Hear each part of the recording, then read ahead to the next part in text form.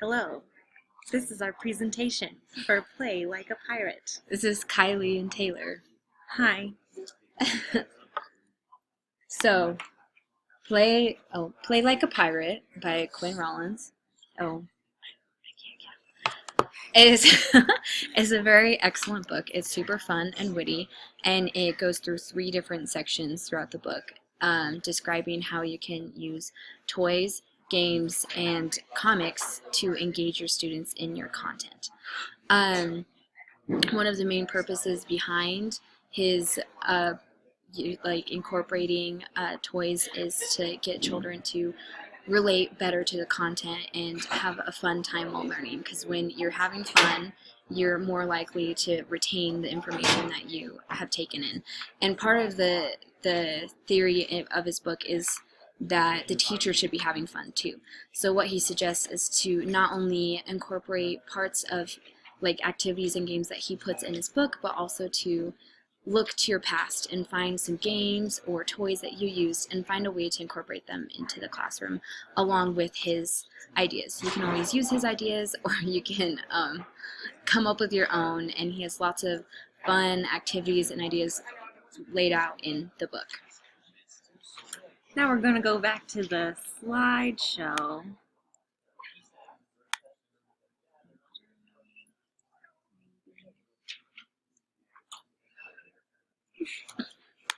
Technical difficulties. Okay, so strengths of the book.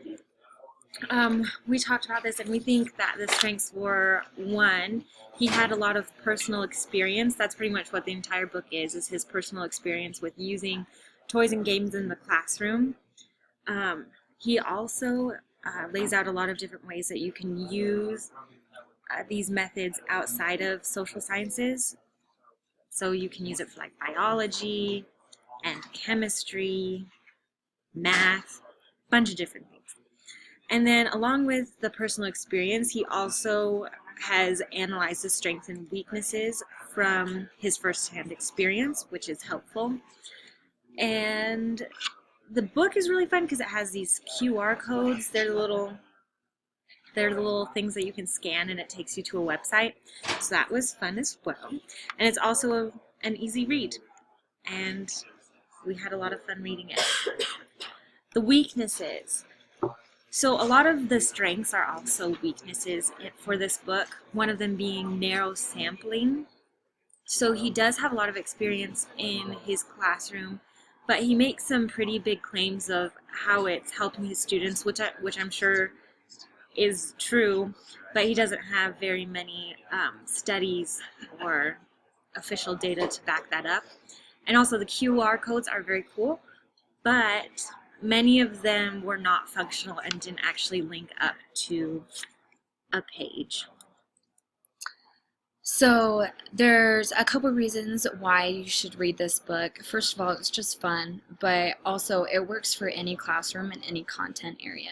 He gives potential examples and prompts for all types of content. He gives geography prompts, history prompts, science prompts, English prompts, and he does that for pretty much every activity that he outlines in his book.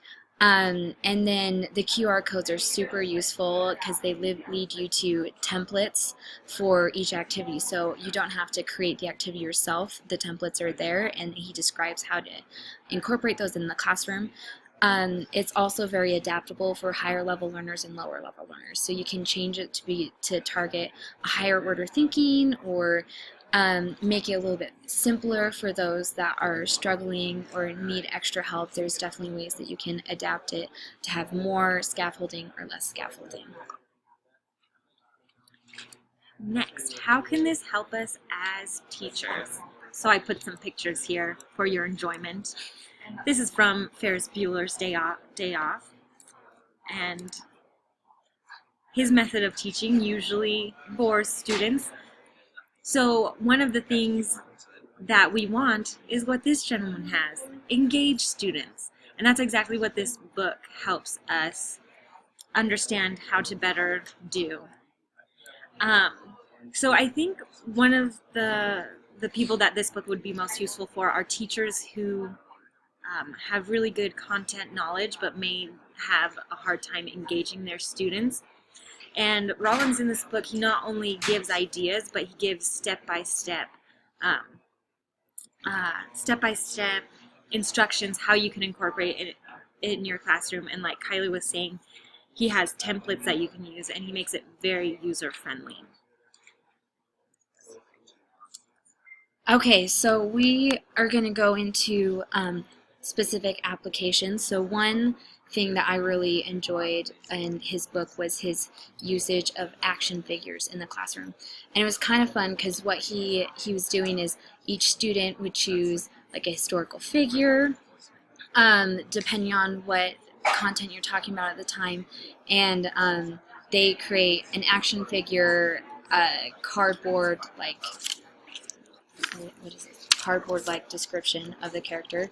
So it's like a box. It's like a box that holds the action figure in it. So part of what you do with it, this activity, is you have to research it and find out more about the figure, and you draw a picture of them and accessories, if I can say the word, accessories that would relate to the person and be significant towards them. And then on the back, you have to write this short biography about the character you're doing and place them in a setting that is historically accurate for them, and then give them an ally, an enemy, and then a modern ally. So Taylor's gonna demonstrate how you can do this activity, and we're gonna base it off of the author of this book. Yeah, so we went ahead and made this before. We were going to make it during the video, but thought that would take way too long. But this is how we're going to model one of his teaching styles. Teaching methods. There it is. All right, so we did our action figure on the author of the book, Quinn Rollins. And so Kylie's a very good artist. She drew that. And this is what he really looks like. So this is what he has his students do.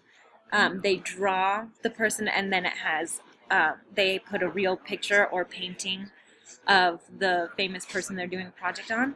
And then they have accessories that their person comes with. And for ours, we put a pencil because he wrote the book. And we put toys and Play-Doh. And then this is imagination. Ooh. So that's nice. And then on the back, it has a zoomed up picture of his face. Another beautiful artwork by Kylie.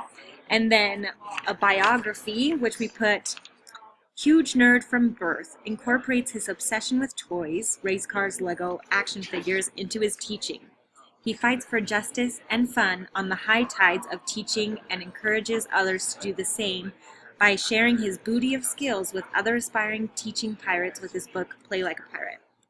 Should have said the series is Pirate. That's what we put for that.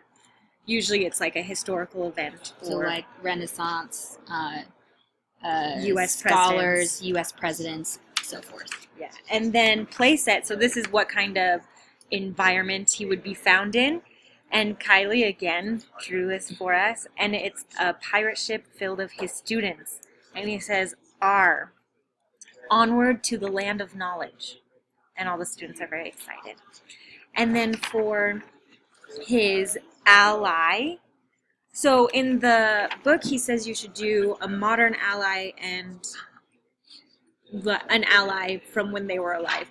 But since he's modern, we decided to do a modern ally and then a historical ally. So we did Dave Burgess, who he writes Teach Like a Pirate, which Rollins mentions a lot in his book and takes a lot of ideas from that. And then his historical ally is Vygotsky, aka King of the Pirates, because in his zone of proximal development theory, he suggests that social interaction and play with students really helps them be able to achieve more than they normally would.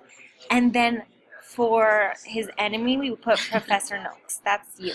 And you have a wig. And we put that just because our classes tend to be PowerPoint based, which is great because we're college students, but we had to pick an enemy, so that's what we did. Something that's really awesome about this activity is it allows the students to work with multiple forms of media. So they're drawing to demonstrate their knowledge, they're writing, and they are synthesizing information by relating it to themselves with a modern ally, and then bringing in their surroundings of like the historical figures surrounding by coming up with an enemy so that they understand the context, and then another ally, and it kind of just really hits higher order thinking and gets them working with the history in a fun way that's more relatable to themselves. Okay, and then we have some examples Of other activities and actual student work that he provided on his website. So this is a Transformers activity where you take a concept and you turn it into a transformer. So this one is a DNA strip, and they turn into little transformer cars, and they have different things that they have to come up with to relate it back to Transformers. This is Lady Liberty. It's just a personification of an idea, which is fun. And then this is what we showed, what we made with Rollins, but this is with Ying Zhang.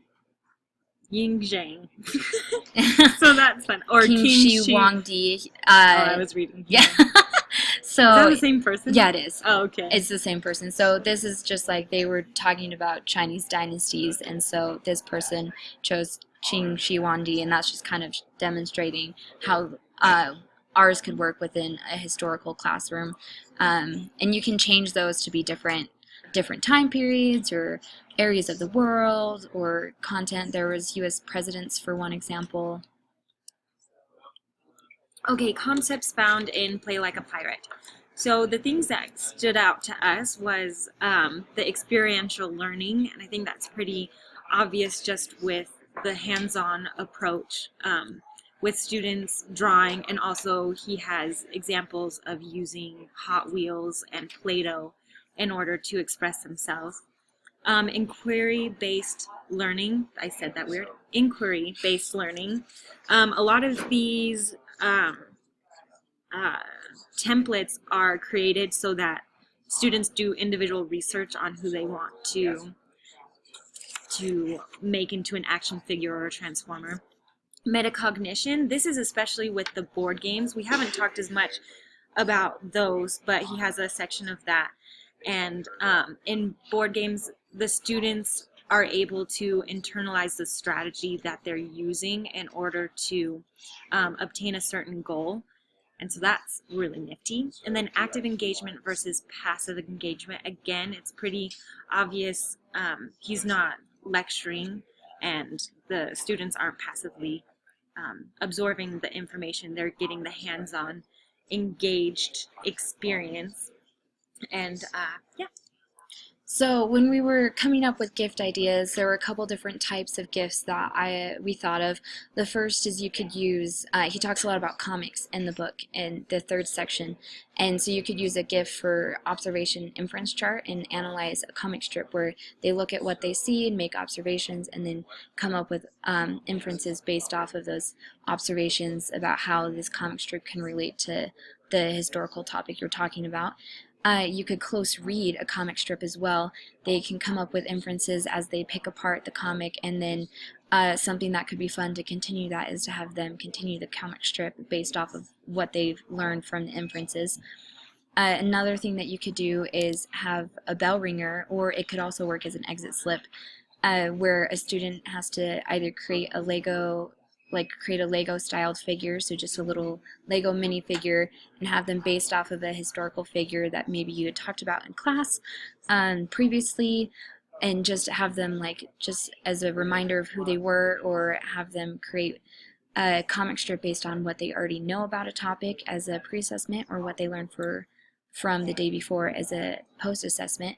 And then the last one that we were thinking of is using Play-Doh as a pre-assessment by giving the student terms or events that you will be talking about, and have them sculpt something based off of what they already know in their current schema, and